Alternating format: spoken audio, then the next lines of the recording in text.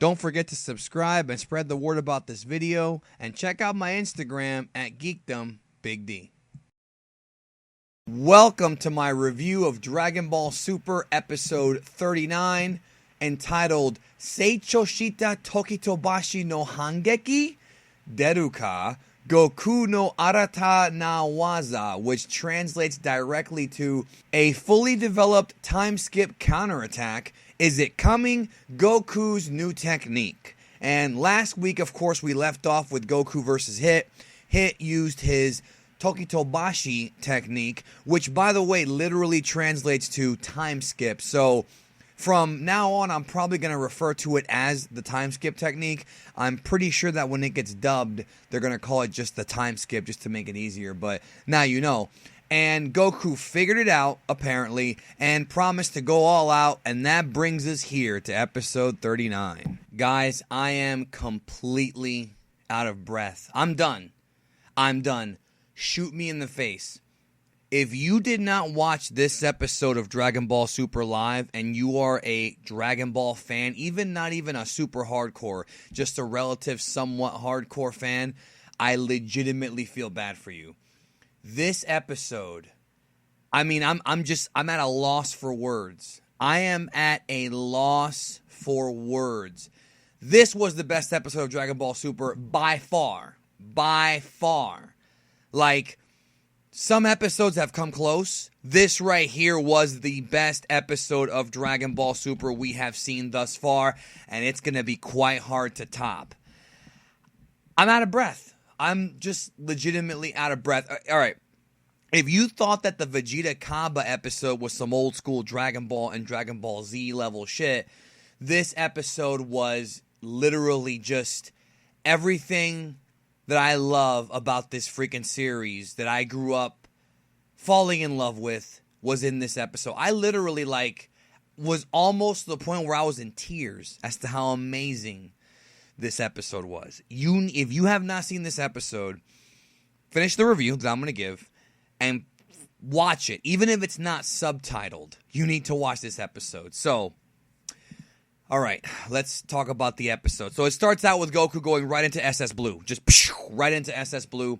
We see a really cool attack sequence here where they're going back and forth. Boom, boom, boom, boom, boom, boom, boom, boom, boom. Old school, badass Dragon Ball action. The shonen action that we've all been waiting for is here. I'm done. This was incredible. So Piccolo makes fun of Goku, chastises him because he gave away the secret for countering Hit's time skip technique, which is, anticipating his movements. So Goku hits a roundhouse kick and an uppercut. Hit's knocked back. Goku thinks that now he's faster than Hit. He thinks that now Hit's going to have problems keeping up with his speed. So, yeah. Beerus then, of course, cheers on Goku. He's like, that's my Goku. And Whis says, no, Goku's all mine. So I guess these guys have developed a legitimate friendship with Goku now. And Vegeta, I suppose, too. And I kind of like that. Now that we are seeing that Beerus and Whis care about Goku and Vegeta, this is character development. This is an arc that we're seeing here. I'm genuinely enjoying this a lot. Okay, so anyways, I'm sidetracked here. So anyways, Hit lunges in, and then he gets surrounded by that technique that he used on Frost with the blue-green background. There's that same move. And I know a lot of people saw the next episode preview last week and saw Goku having white hair. No, that is not SS White. But when Hit uses this technique, it makes Goku turn all gray, right? He comes in. Goku hits an uppercut to Hit's gut. Hit goes flying back. Goku smiles. Hit gets up. Then he does a classic Dragon Ball power-up. We're talking about screaming. We saw the freaking the ring breaking apart. We saw people reacting. This is what I freaking signed up for. And now in episode 39, we're finally seeing it. We saw a little bit of it in the Beerus fight. We saw a little bit of it in the Frieza fight. But now we're seeing what we all signed up for. All right? Jesus, what an amazing episode. Hit attacks Goku and they trade shots. Hard shots. Boom, bow, bow. Like, you need to see this episode, dude. Trust me. Goku hits a big right hand to the gut. Hit, then lands an... Okay, I'm sorry. I'm composing myself. Goku tries to hit a big overhand looping right hand, but Hit lands first to Goku's gut. Goku drops on all fours. He is hurt. Hit tells Goku, I have now improved my time skip technique beyond 0.1 seconds. I can now go 0.2 seconds beyond time. Guys, his name is Hit, not shit. This is a real formidable opponent. Then he tells Goku that unlike he and Vegeta and Kaba, he cannot power up by transforming. So instead, the only way he gets stronger is through his growth/improvement, which tells me that Hit has the ability to grow stronger the fight goes. I don't know if this is true. I have to wait and kind of see next week's episode and kind of digest it better there, but it seems like that's his ability, that he can actually get stronger the more the fight goes. Then we go to a commercial break at the 12-minute mark. Now, commercial break at 12-minute mark is very early. They have to have something big planned, and boy, do they. So they come back from the break. Champa's happy. Goku goes back in fighting formation. Hit lets Goku get back up without finishing him off because he helped him get stronger. Hit puts his dupes up. We hear this Grace Sumitomo music. And Hit lunges in and rocks Goku's fucking world. He hits him. You have to see this episode. I know I keep saying it. This might be like a top 10 Dragon Ball episode ever. I'm talking about like Dragon Ball Z, GT. This might be like a top 10. I gotta watch it again before I give you my final verdict. So, 800 fucking hit combo on Goku, yo. Goku does the freaking Ric Flair flop face down. Out. Hit has the referee check on him. Goku gets right back on his feet. Then Goku starts to power up. Super long power up. Super long. Just just powering up. People around them are reacting. They don't know what the hell's going on.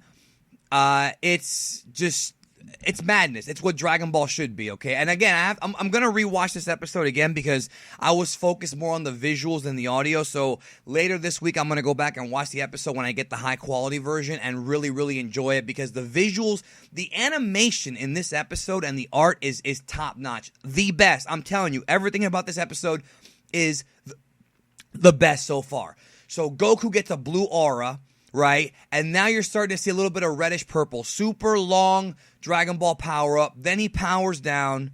And then he smiles. And then there's like silence. And then he just says one word. He's like, Kaioken. Bow! Boom! I wish I could edit in a fucking explosion effect. Alright, sorry if I blew your headphones out. Blue aura with the red Kaioken around the aura. So it looks like that old ice cream bar that had the red and the blue and the white. That's what it looks like here. Blue aura with the red Kaioken. He explains that the Kaioken is a technique that he learned from Kaio-sama, who is a god. So naturally, the Kaioken can fit with Super Saiyan God or God SS Blue, whatever you want to call it. They kind of go together like hand in glove. That makes sense, right? So he dashes in, but he's too fast for Hit. Everybody's shocked. Vegeta has a flashback of when he fought Goku on Earth and Goku did the Kaioken times 4. We see that clip here again, which I really loved. Goku says this is the Kaioken with the power of Super Saiyan Blue. And Goku says he's been working on this SS Blue Kaioken thing on combining the techniques to fight Beerus. So he's been planning this for his eventual rematch with Lord Beerus. This is why he's been... So again... This goes back to what we talked about with the Monaka reveal last week. Monaka is not the benchmark for Goku. Beerus is. Goku's motivation should be, I want to be as strong as the God of Destruction, not as Monaka, right? And I'm glad that no matter what the Monaka thing is, Goku does not care. He wants to be as strong as Beerus, and that makes the most sense to all of us, right? So he's powering up more and more. Everything breaks apart. This is just epic shit. Super Kaioken, big punch to the face. Old school Dragon Ball. Then they start playing the Dragon Ball Super intro song. And I literally regressed into being a 16-year-old kid again. I was 16 again. This made me feel emotions like the scene in Battle of Gods when Goku fights out of the cave with the music. Just unbelievable. He rocks Hit with a 2,000 hit combo. You thought the 800 hit combo was good. There's a 2,000 hit combo. I might be rounding that up a little bit, all right? Super Kaioken God Kamehameha. No, it's not fan fiction or a clickbait video. We see a Super Kaioken God Kamehameha. I just dropped my mic. I'm sorry. I'm excited right now, all right? Fires it. Hit fires back. Key collision. Huge explosion. And that's the cliffhanger. That's it. That's Dragon Ball Super episode 39. Next week, the fight is not over. Hit and Goku will continue to fight, and it looks like Hit might have some secrets. Hit is not going all out yet, so next week we'll see just how strong Hit is. The fight's not over. I forgot to mention that before Goku attacked Hit, he used the Kaioken times 10. So it's SS Blue times 10. Remember that. Boy, the power scaling is going to be crazy now. Let me know your thoughts down below. If you have not seen this episode, go see it as soon as you can. And if you have, let me know your thoughts. Subscribe if you haven't to the channel. I will catch you down the road.